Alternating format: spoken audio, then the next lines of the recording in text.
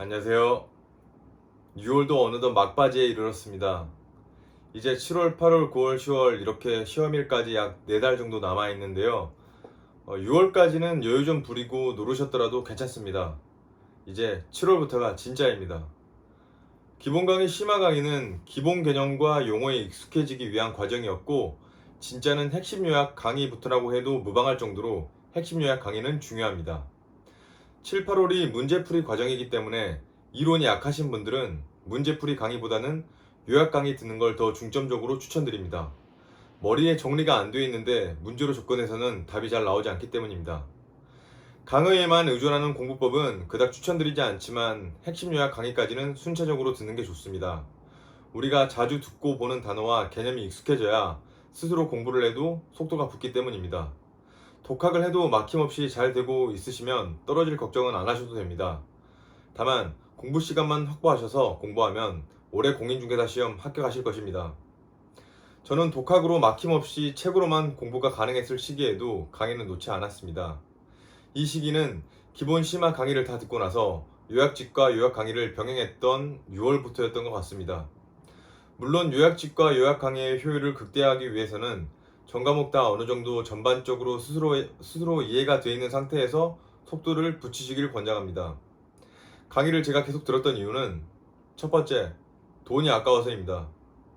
패키지로 끊으니 환급반 이런 거 신청한 것도 아닌데 그냥 다 들어야겠다는 생각이 들었습니다.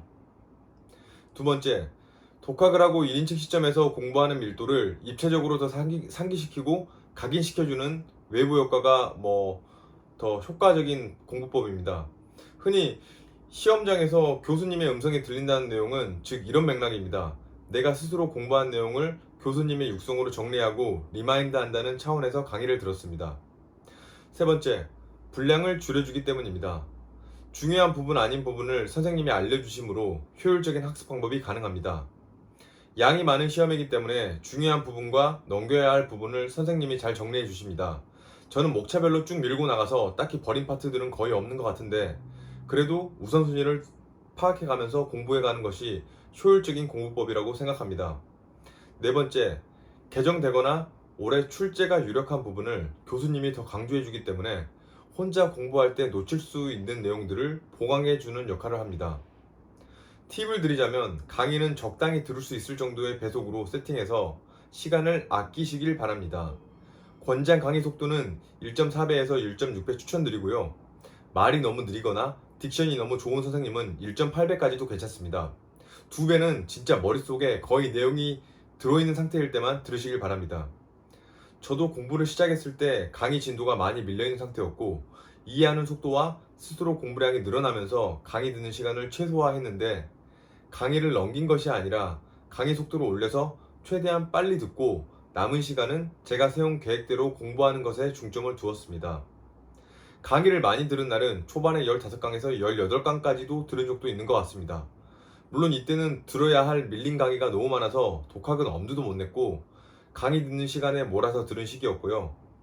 학원에서 하는 강의와 진도가 맞춰졌을 때부터는 인터넷 강의였기 때문에 배속을 1.4배 내지 1.6배속 정도로 올려서 강의를 들으면 보통 4강의 듣는데 3시간 안팎으로 끝났기 때문에 나머지를 개인 공부 스케줄에 맞춰서 밀고 나갈 수 있었습니다. 마지막으로 제가 합격할 수 있는 가장 큰 노하우는 단권하로 방대한 양을 최소화시킨 공부법이었는데요. 여러 자료들 취합하고 모으지 마시길 바랍니다. 그냥 저는 모든 단권화를 요약집으로 끝냈습니다. 요약집을 무한 회독한다 생각하시고 처음부터 순차적으로 쭉 보시고 다시 돌아와서 또 다시 보시고 반복하세요. 첫 회독하고 회독수가 반복되면 회독 시간이 점점 짧아지고 속도가 붙는데요. 예를 들어 민법 같은 경우는 총칙, 물권법, 계약법, 민사특별법 이렇게 4가지 파트를 크게 나누고 각 파트마다 걸리는 시간을 체크를 해 놓습니다. 그러면 최소 3회 이상 반복되었다면 점점 파트별로 회독하는 시간이 줄어들고 5회독, 10회독 거듭할수록 보는 시간이 줄어들게 됩니다. 나중에는 하루에 꼼꼼히 보더라도 몇 시간 안에 민법을 다 볼 수 있을 정도로 스킬과 속도가 생기게 됩니다. 단권화하고 요약집으로 정주행했을 때 가장 큰 장점은 이 안의 내용만 제대로 파악해도 합격 점수는 당연히 나올 것이고 그 합격 요구 점수를 넘어서서 회독이 반복될수록 점수가 계속해서 올라갈 것입니다. 물론 실제 시험은 요약집의 범위를 뛰어넘는 문제들도 나오긴 하지만 그런 문제에 시간을 할애할 필요는 없다고 생각합니다. 요약집을 반복하다 보면 각 과목의 목차까지 외울 정도가 되는데 단고나의 가장 큰 장점은 뚜렷하게 생각나지 않아도 무수히 반복했던 그 페이지의 내용이 머릿속에 연상이 되어서 떠오를 수 있는 공부법이라고 생각합니다. 예를 들면 중개사법을 보면 1편은 공인중개사법, 2편은 부동산거래신고법, 3편은 중개실무까지 있고 공법 같은 경우도 국계법, 개발법, 정비법, 건축법, 주택법, 농지법까지 순서를 쭉 머릿속에 흐름대로 정리할 정도로 요약집을 꾸준히 보시는 것을 추천드립니다. 그냥 별다른 방법은 없었습니다. 요약집을 무한 회독했다. 이 정도가 저의 공부 방법이었던 것 같습니다.